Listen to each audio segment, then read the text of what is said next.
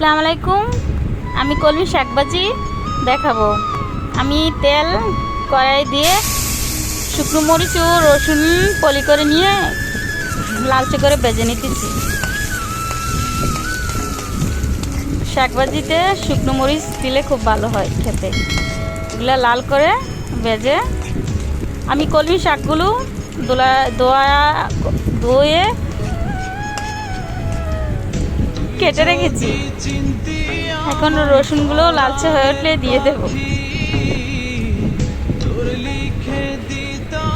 তেল গরম হয়ে রসুনগুলো হইতেছে। শুকনো মরিচ দিলে গ্রানটা ভালো আসে, এমনকি শুকনো মরিচে শাক খেতে ভালো লাগে। আমি ধোয়া কলমি শাকগুলো দিয়ে দিতেছি। শাক যতই বেশি দেখানো যায় না কেন, ভাজি করার পরে কমে যায়। কলমি শাকগুলো আগে ধুয়ে পলি করে কেটে রেখেছিলাম, এখন সেগুলো দিয়ে দিচ্ছি। কলমি শাক খেতে খুবই ভালো লাগে, মজা হয়। আমি সবগুলো শাক দিয়ে দিচ্ছি। এভাবে কলমি শাক ভাজি করবে, দেখবেন ভালো লাগবে। আমি লবণ দিয়ে দিলাম।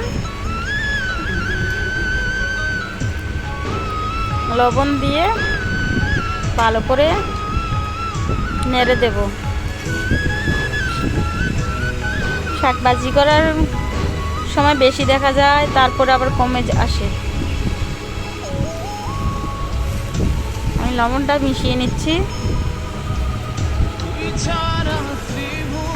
ভালোভাবে নেড়ে দিচ্ছি।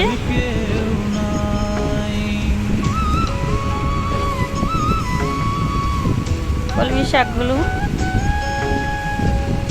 দেখুন কতটা কমে এসেছে। তারপরে দিয়ে দিলাম একটু হলুদের গুঁড়ো। মরিচ তো শুকনো মরিচ দেওয়া আছে, তাই মরিচের গুঁড়ো আর শাকে দিতে হয় না। এখন আমি ভালোভাবে নেড়ে দিচ্ছি।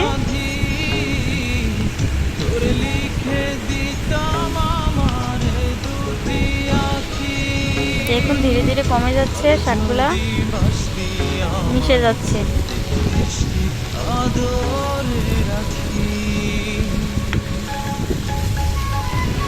এভাবে কলমি শাক ভাজি করে খেয়ে দেখবেন, খুব ভালো লাগে।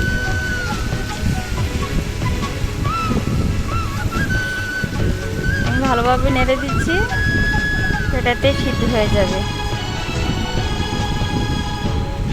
দেখুন অনেকটা সিদ্ধ হয়ে আসছে শাকগুলা। তো এখন সিদ্ধ হয়ে পানির লুকটা দেখুন কেমন হয়েছে, শাকের কালারটা কত সুন্দর হয়েছে। এভাবে বাসায় শাক রান্না করে খাবেন, ভালো হবে।